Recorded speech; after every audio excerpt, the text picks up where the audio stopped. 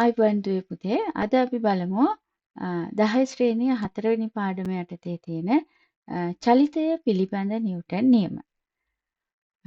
ඔබ දැනටමත් දන්නවා චලිතය පිළිබඳව හදාරලා තියෙනවා.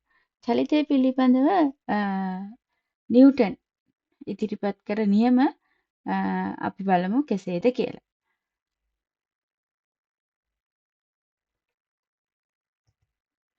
ඔව්. ඉස්සෙල්ලාම අපි චලිතය පිළිබඳව එහෙම නැත්නම් නිව්ටන්ගේ නියම පිළිබඳව කතා කරද්දී බලය පිළිබඳව කතා කරනවා.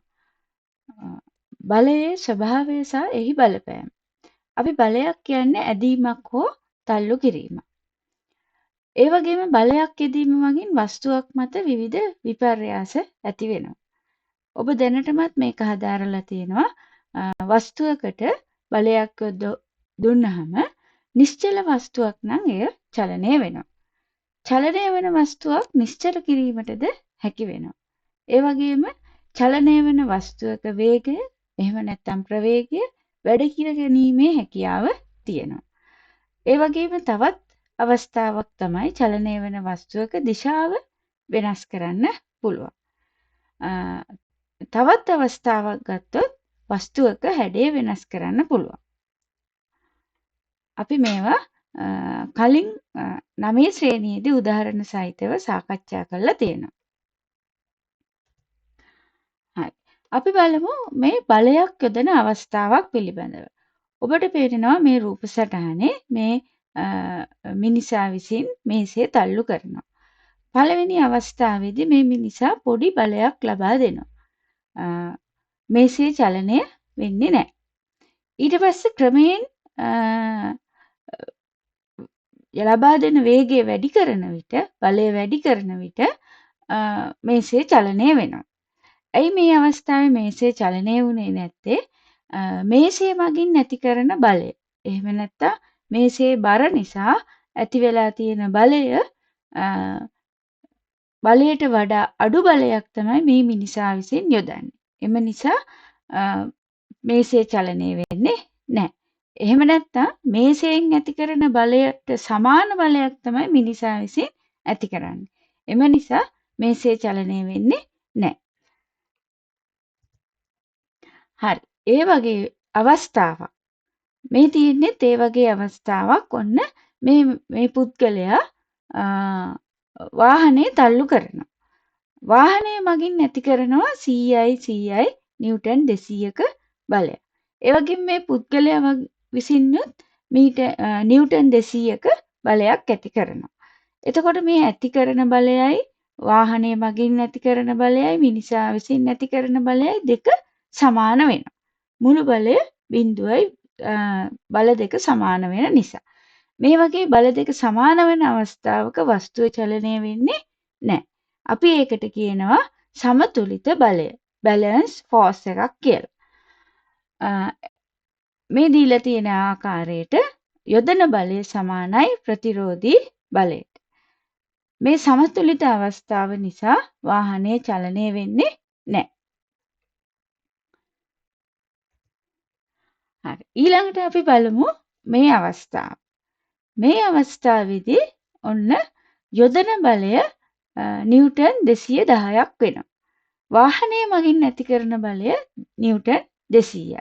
ප්‍රතිරෝධී බලය. එතකොට අපි මේ අවස්ථාවේදී කියන අසමතුලිත බලයක් කියලා. unbalanced force එක. එතකොට මිනිසා විසින් ඇති කරන බලය වාහනය මගින් ඇති කරන බලයට වඩා ටිකක් විශාලයි. මේ බල දෙක සමාන නොවේ. අසමතුලිත අවස්ථාවේ පවතිනවා නිව්ටන් 10ක වැඩිපුර නිව්ටන් 10ක බලයක් මිනිසා විසින් යොදනවා. එතකොට මේ වාහනේ චලනය වෙන්න පටන් ගන්නවා. මේකට අපි කියන අසමතුලිත බලය. වාහනයේ විසින් එහෙම නැත්නම් වෙනත් වස්තුවක් විසින් ඇති කරන බලයට වඩා වැඩි බලයක් ඇති කරනවා නම් අපි කියනවා මේ අවස්ථාවට අසමතුලිත බලයක් unbalanced force එකක් කියලා.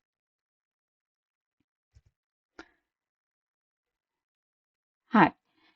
අපි හිතමු අර කලින් මේසේ තල්ලු කරපු අවස්ථාව ට අවස්ථාවේ සාමාන්‍ය පොළවක තියලා තමයි තල්ලු කරේ. ඊට පස්සේ මේ අවස්ථාවේ තියෙනවා මේ අයිස් පෘෂ්ඨයක් මත මේසේ තියලා තල්ලු කරනවා. එතකොට මොකද වෙන්නේ? පොළව සුමට නිසා අයිස් පෘෂ්ඨයේ මත සුමට නිසා ඇති කරන ප්‍රතිරෝධී බලය අඩුයි. අඩු වෙන නිසා අපිට ඉක්මනට තල්ලු කරලා පොඩි බලයක් යොදලා මේසේ තල්ලු කරගන්න පුළුවන්. නිශ්චලව ඇති වස්තුවක් මත අසමතුලිත බලයක් යොදන විට වස්තුව චලනය වෙනවා. හරි. ඊට පස්සේ අපි බලමු මේ වස්තුවකට බලය යොදන දිශාව. බලය යොදන දිශාව අනුව වස්තුව චලනය වෙන ආකාරය වෙනස් වෙනවා. ඉස්සෙල්ලාම බලමු අපි වස්තුව චලනය වන දිශාවට බලය යෙදූ විට වස්තුවේ ප්‍රවේගය වැඩි වේ. මේ තියෙන්නේ මේ ඔබට පෙන්නලා තියෙන්නේ මේ වස්තුව. එතකොට අපි මේ දිශාවට නිව්ටන් 100ක බලයක් යොදනවා.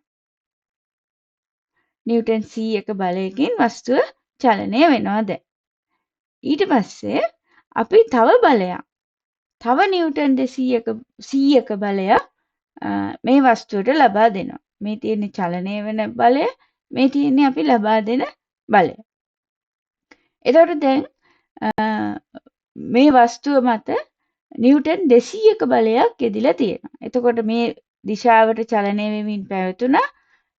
ඊට පස්සේ මේ දිශාවටම චලනය වෙන ප්‍රවේගය තව දුරටත් වැඩි වෙනවා. අමතර අපි බලයක් ලබා දීම නිසා. ඔබ දන්නවා ප්‍රවේගය කියන්නේ මොකක්ද කියලා? එකම දිශාවකට සිදුවන චලනය. ඊළඟට අපි බලමු චලනය වන වස්තුවට විරුද්ධව බලයක් යෙදූ විට ප්‍රවේගයට මොකද වෙන්නේ කියලා. චලනය වන වස්තුවට විරුද්ධව අපි මේ බලයක් යොදලා තියෙන්නේ. ඒ බලය නිසා වස්තුවේ ප්‍රවේගය අඩු වෙනවා. මේ තියෙන්නේ ඔන්න නිව්ටන් 100ක බලයකින් වස්තුව චලනය වෙනවා. අපි ප්‍රතිවිරුද්ධව ලබා දෙනවා තවත් නිව්ටන් 50ක බලයක්. එතකොට මේ වස්තුවේ ප්‍රවේගය අඩු වෙනවා.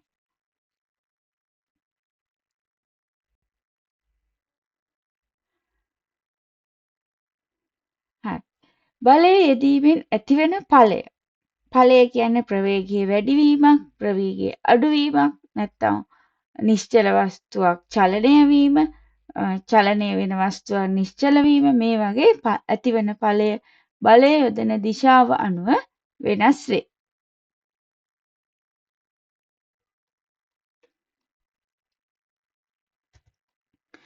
හරි. ඊළඟට අපි බලමු භෞතික රාශි තියෙනවා.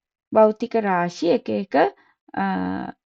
ඒකක සඳහා අපි භෞතික රාශි ඉදිරිපත් කරනවා. ඒ භෞතික රාශි වල අතරින් බලය කියන්නේ අපි දෛශික රාශියක් කියලා ගන්නවා. බලය දෛශික රාශියක් වේ. ඒ කියන්නේ බලයට විශාලත්වයක් සහ දිශාවක් තියෙනවා. විශාලත්වයක් සහ දිශාවක් තියෙනවා. අපි කලින් ප්‍රවේගය පිළිබඳව කතා කරද්දී විශාලත්වයක් වගේම නිශ්චිත දිශාවක් තියෙනවා. එම නිසා ප්‍රවේගය දෛශික රාශියක් කියලා කිව්වා. එතකොට බලයත් මේ වගේ දෛශික රාශියක් වෙනවා. බලයට හැම වෙලේම විශාලත්වයක් තියෙනවා. දැන් අපි මෙතන නිව්ටන් 100ක බලයක් මේ වස්තුව මත යෙදෙනවා. ඒ කියන්නේ බලයේ විශාලත්වය. ඒ අවස්ථාවේදී අපි බලය යොදන ප්‍රමාණය අනුව බලයේ විශාලත්වය වෙනස් වෙනවා. එතකොට මේ බලය යොදන විශාලත්වය අපි නිශ්චිත දිශාවකට තමයි හැම වෙලේම බලයක් යොදන්නේ.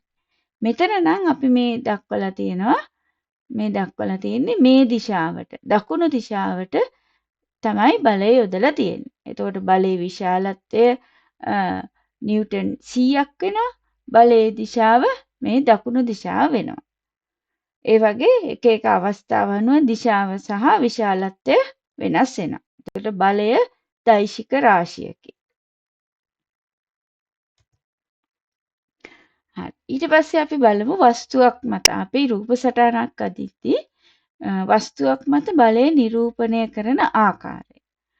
අපි මේක කලිනුත් 9 ශ්‍රේණියේදී ඉගෙනගෙන තියෙනවා. මේ තියෙන්නේ වස්තුව. මේ වස්තුව මත බලයක් යොදලා තියෙනවා. මේ අපි මෙහෙම ඊ හිසකින් දක්වනවා බලය යොදන දිශාව. ඒ වගේම ඒකේ දක්වනවා කොච්චර බලයක් අපි යොදලා තියෙනවද කියලා. මෙතන නම් නිව්ටන් 100ක බලයක් යොදලා තියෙනවා. ඊළඟ බලය ක්‍රියා කරන ලක්ෂ්‍ය නැත්නම් බලයේ උපයෝගී ලක්ෂ්‍ය අපි මේ කළු තිත මගින් නිරූපණය කරනවා. සරල රේඛාව මගින් බලයේ ක්‍රියා රේඛාව නිරූපණය කරනවා. මේ දක්වලා තියෙන්නේ බලයේ ක්‍රියා රේඛාව.